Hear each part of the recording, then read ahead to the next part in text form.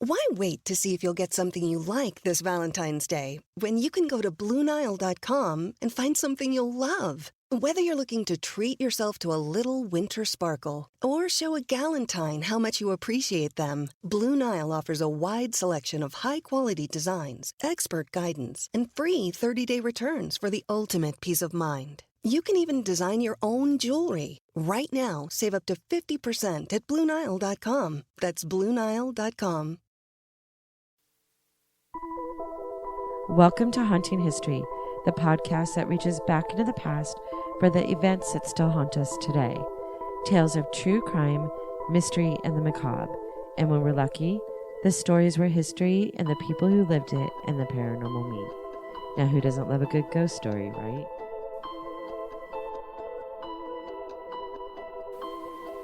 Welcome back to Haunting History Podcast. I'm your host, Kat. And I'm Haley.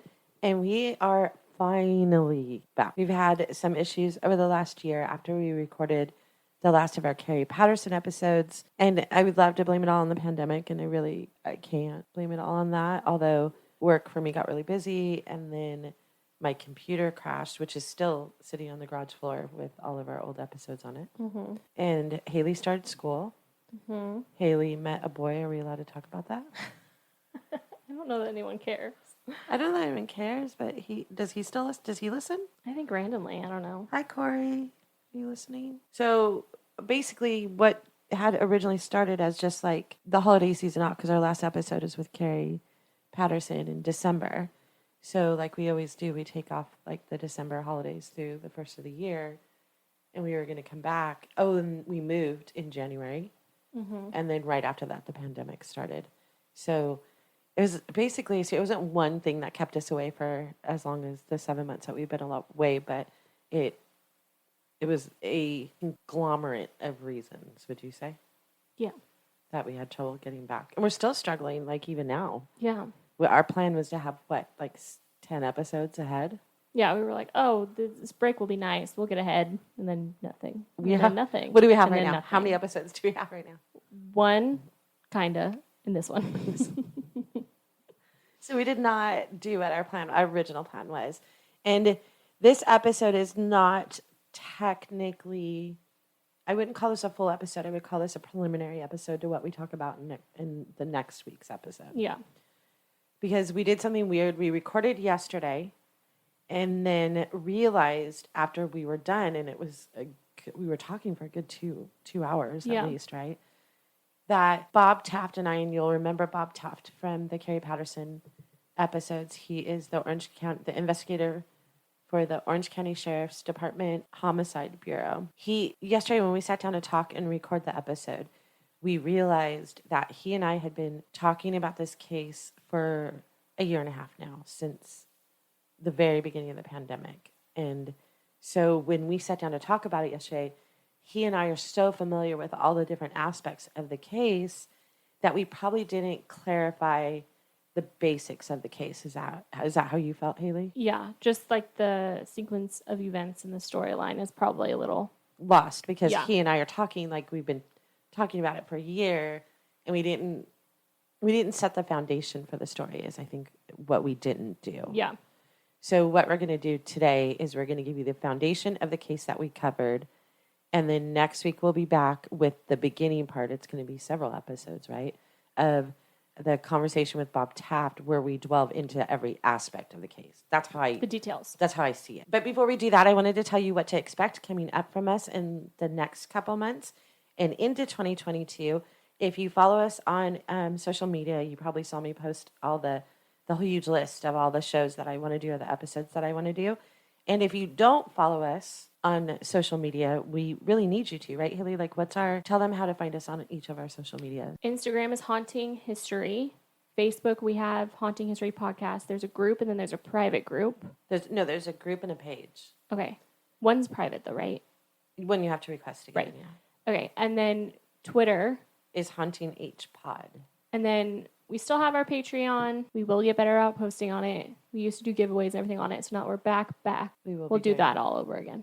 Well, going back to that, if you are not following us on any of the social medias, please follow us. Particularly, I think that we're most active on Instagram. Please go and Follow us on Instagram so that you know what's going on. And the episodes that we have coming up, we have some really exciting, like if you've been listening to us for a while, you know that we typically in October switch over from true crime and cold cases and unsolved and talk about more paranormal locations that have a history to them.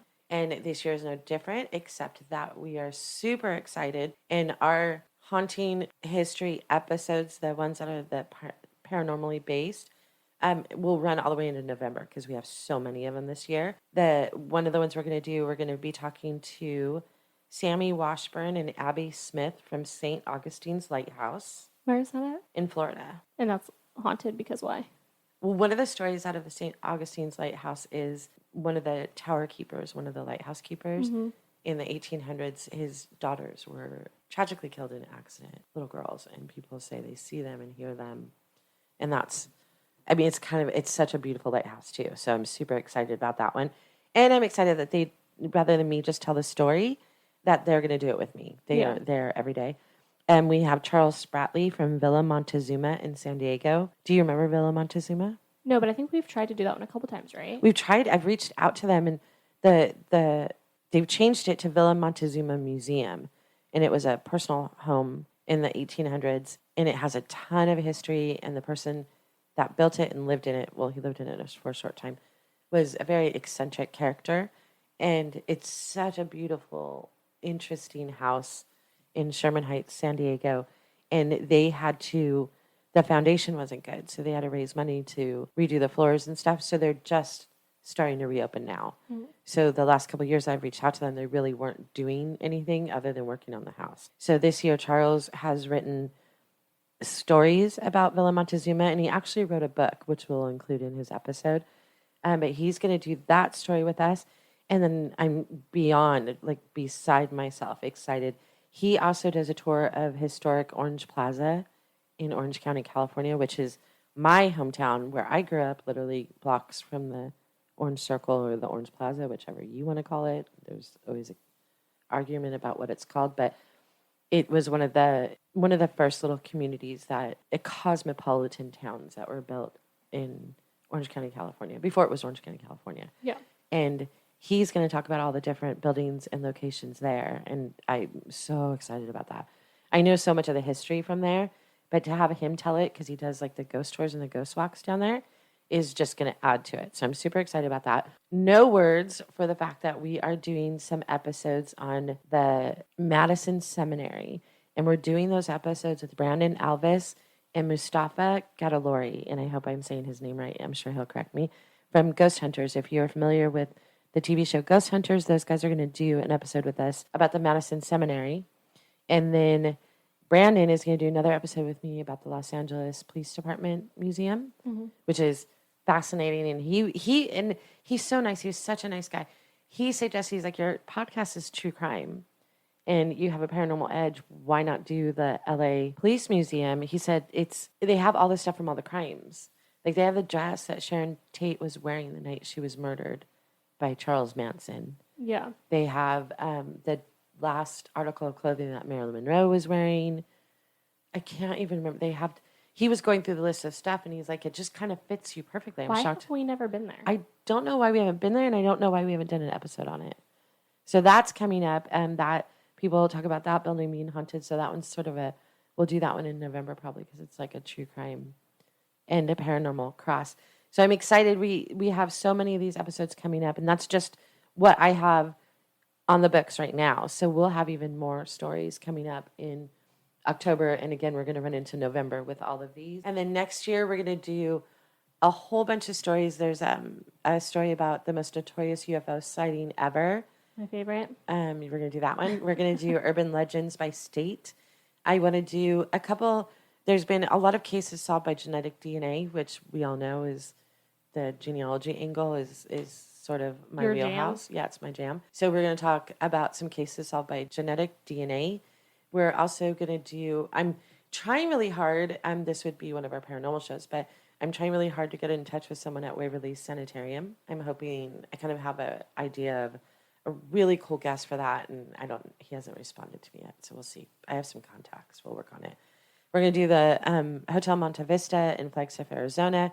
We're going to talk about the disappearance of the Jameson family, Tara Calico, the mystery of the Greystone Mansion, St. Elizabeth Hospital. I want to do an episode on the death of Edgar Allan Poe. I didn't even realize that there was a lot of sort of conspiracy theories about Edgar Allan Poe, so I'm super excited to do that. Murder at the Mall, it's the Michelle Martinko case, which I found incredibly interesting, the way that they ended up solving that. So it's a solved case. And then a whole bunch. I have so many that I want to do. We're working on an episode of the museum heist, the most famous museum heist ever. So we have a ton of stuff coming up in 2022. The next couple episodes, like I talked about, is going to be about the Dorothy Jane Scott case. And again, what we're going to do for you today is give you sort of the basics of the case. We're not going to dive into the story today because that's what happens over the next couple episodes. But I wanted to give the really basics of Dorothy Jane Scott. Are you ready for that? I'm ready. Dorothy Jane Scott was 32 years old. She was a secretary, and she worked at two stores, a store called Swingers Psych Shop and Custom John's.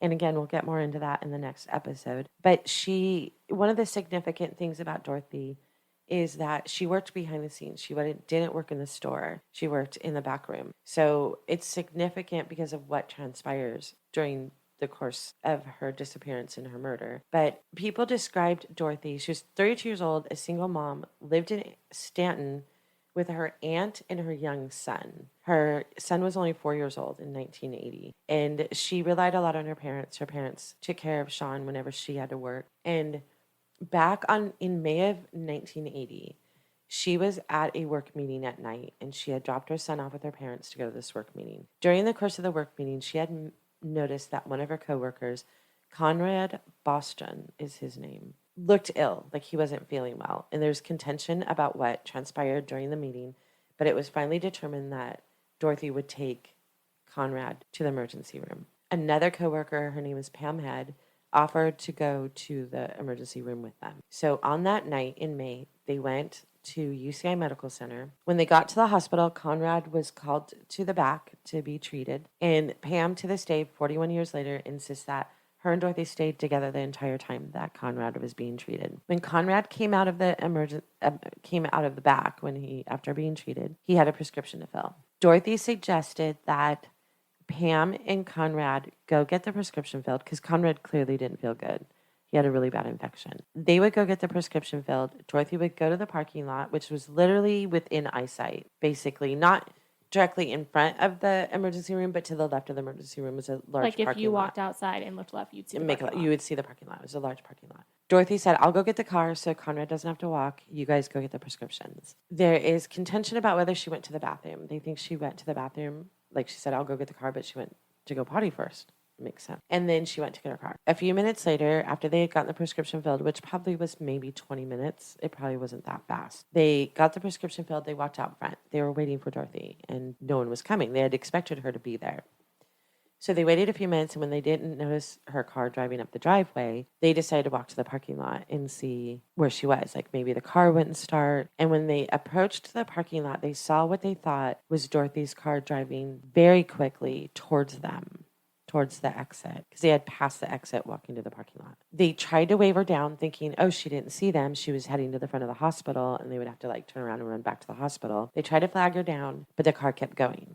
And instead of pulling up to the front of the emergency room doors, it turned and went out the driveway and made a right on the city drive, which is a street that the hospital was on. They stood there for a few minutes trying to figure out, well, was that her car? Like it looked like her car. Maybe it wasn't her car. And they kind of stood there like confused, like, why would she drive right past us? So they decided they could see from where they were. And I know this hospital very well. They could have seen where they were, that she did not pull up to the front of the hospital, that she turned and went out the driveway instead. So they went to the parking lot to see if her car was there. Like maybe it wasn't her car, but her car was gone. So so that was her car. They kind of assumed amongst the two of them, I mean, by now it's literally midnight, at least. They're staying at the hospital. That maybe Dorothy had gotten notified somehow, which I don't know what their thoughts were at that point, that something had happened to her son and that she was rushing to go get her son or something like some type of emergency. Some kind of emergency that would make her leave them there. And they thought, well, she's going to rush home and get her son or whatever, and she'll come back and get us. So they walked back to the hospital and basically sat there for, some people say 3 hours. I think they say about 2 hours, and thinking that she would come back for them. So after 2 hours, when she didn't come back, they notified the police at the hospital, which was the UCI campus police. The police suggested that they call her parents and find out if she went there. So that's what Pam did. Pam called Dorothy's parents, who were Jacob and Vera Scott, and asked if Dorothy had come home. They confirmed that she did not. So then the UCI police basically said, well, she's an adult.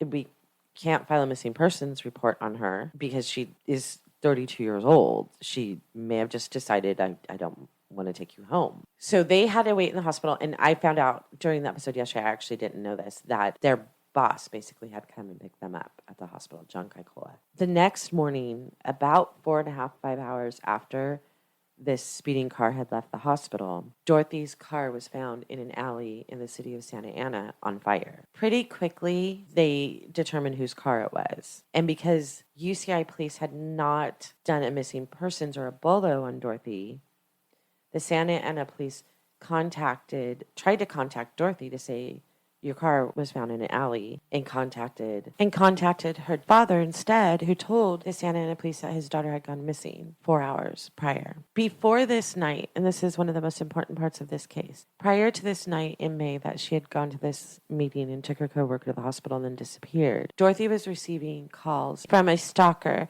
who would, and these calls were coming to her job at Custom John's and Swinger Psych Shop. And the phone calls would fluctuate between being, you're so beautiful, I love you, to, I know what you're doing today, I love the outfit you're wearing, those shoes look really good on you. So she knew it was someone who could see her. But then the calls would be at other times extremely graphic in what he wanted to do to her. And it involved killing her and cutting her up in little pieces. So she was frightened enough of these phone calls prior to her going missing. She considered purchasing a gun. But she was worried because she had a 4-year-old son at the time, and she didn't want to have a gun in the house. And to be quite honest, oftentimes people describe, if you read any of the old articles, and there are a ton of newspaper articles on Dorothy's case from the time that she went missing going forward, most people describe Dorothy as being a bookworm, or being really quiet or librarian-like, and she really wasn't. When I got to know her son through this whole thing, and quite frankly, he didn't know her either at 4 years old, but he had talked to everybody who had known his mom through the years. And she was pretty typical for the 70s. I mean, by 32, she had calmed down a little bit, but, and she had her son, obviously, so she was a mother first, but she was a hippie. She did hippie stuff, and she was friendly, and people loved her and described her as beautiful and things like that. But a lot of people describe her as being quiet or sedate or librarian-like, and I don't think she really was, and we'll talk about that again. We'll talk about that more in the next episode. But she was a mom first. So when she first started getting the phone calls, she was frightened. She was frightened enough to consider getting a gun, and she didn't think that would be safe for her son. So she ended up taking karate classes in self-defense, and she didn't tell a lot of people about the phone call she was getting. Her mom knew about it, especially when they turned ugly and threatening. Her mom knew about the calls, but she didn't broadcast it a lot, and she didn't know who it was. She always said it sounded familiar, but not someone that she could pinpoint. And this is one thing that I think a lot of people need to understand about back then when you were using landlines. Landlines could make your voice sound different. Like the way that you sounded on your landline phone isn't necessarily how you sounded in person. Does that make sense? Sure. I wouldn't really know. I don't think so. I mean, I think that it wasn't incredibly different, but I think landlines definitely back in the 80s they're not clear like they are now, I guess is what I'm saying. But either way, she didn't recognize the caller, but she was frightened. She was frightened for her own life. And then she went missing. And then after she went missing, and this is really just a timeline of what happened, after she went missing, the phone calls that Dorothy was getting transferred to phone calls to her mom. She went missing in 1980, and in May of 1980. And then for the next 4 years, her mom got the same phone calls. But about Dorothy. About Dorothy. Like, is Dorothy there? And her mom would say no. Well, that's because I have her. Or just call, and when her mom answered, say, I've killed her. Or she's not coming home. Things like that. For 4 years, she got on and off, not consistently, but on and off for the next 4 years. In August of 1984, a construction worker found Dorothy's remains on a site off of Santa Ana Canyon Road in Anaheim. They were not all of her remains. There were several bones and a skull. And the skull was enough. It had all of the molar teeth in it. And that was enough to identify Dorothy as Dorothy. It took about 2 weeks for Dorothy's remains to be identified and her parents to be notified that Dorothy's body had been found. Now, one of the contingencies is that they never found all of Dorothy's bones, and they've never been able to determine the cause of death, and they've never been able to determine when she died. Because in 1982, prior to her bones being found and after her disappearance, a fire had ravaged the area where her remains were found and basically destroyed any evidence of what happened to Dorothy. So for the next probably 10 years, Dorothy's case was extremely active, but the general consensus is they never had one suspect for her murder. And we will again talk about this more next week. They had people of interest, like people that were in her life. And I know I mentioned in next week's episode that Dorothy didn't have a boyfriend. At the time that she went missing, she did not have a boyfriend. Her son's father, Sean's father, lived in Minnesota. I believe it was Minnesota.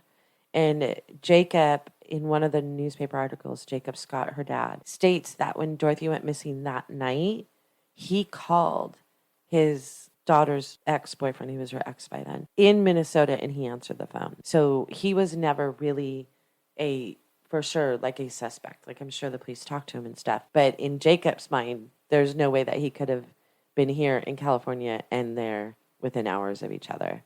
So he's never been really a suspect. There was a person of interest that we will speak of a lot more in next week's episode, but he was never a suspect either. So for the last 41 years, there is not one particular suspect in the kidnapping and murder of Dorothy Jane Scott. There's a lot of people of interest. I don't know that I would say even a lot of people.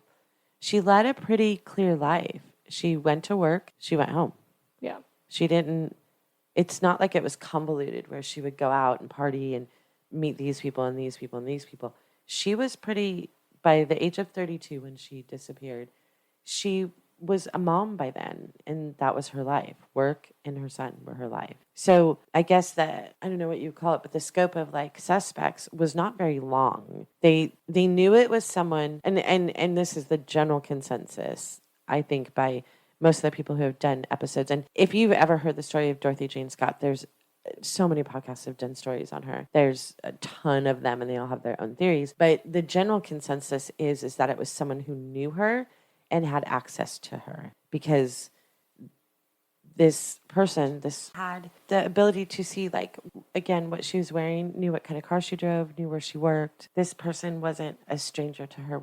At least generally, people don't think so. They don't think it was a random abduction. I don't know if I'm sold on her knowing the person. Yeah. You think that it was someone from afar, maybe it could have been? I think just someone of opportunity at the hospital. Oh, that far? So you don't associate with the stalker before she went missing at all? I don't know. The thing I do have to say about the hospital, and I say this next week too, so it's going to be repetitive, it wasn't on a quiet street. I mean, it may have been midnight, but the city drive, the street that it's on in Chapman that it's on, are main thoroughfares. They're not little side streets. And this wasn't like a podunk town. This is Orange County, California. There's very rarely a time where there's zero activity. So the thought of her being, it being random, and the fact that she was being called before that. And then the calls continued for her mom. I think this was all very well thought out. And I'm not going to ever deny that it wasn't an opportunity that night. Like, at that moment that became the opportunity. I'm not going to deny that. But we're going to have so much more on this story. But we wanted, especially for Haley, because Haley doesn't know the whole story. And yesterday when we were talking, we realized that we had not really covered the foundation of the story. And I think that we just did. This is basically the entire foundation of Dorothy Jane Scott. And then next week, our episode is going to include Bob, who tells me things that I didn't even know. And again, we've been talking for a year and a half about this case, and he's still getting information and things are evolving in the case even 41 years later. And I think that's normal. But I think the more that we put things out into the public about cold cases, there's the opportunity for people from that time period, from 41 years ago, that knew Dorothy or worked at Custom John's, may have suspected something that they didn't say back then that they could say now. And that's why we do these cold cases, in the hopes that we reach that person that maybe was there and knows something and can say something now.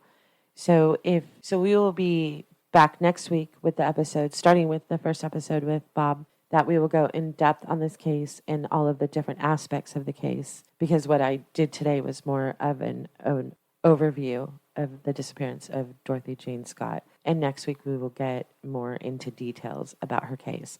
So join us next week with Investigator Bob Taft from the Orange County, California Sheriff's Department Homicide Bureau.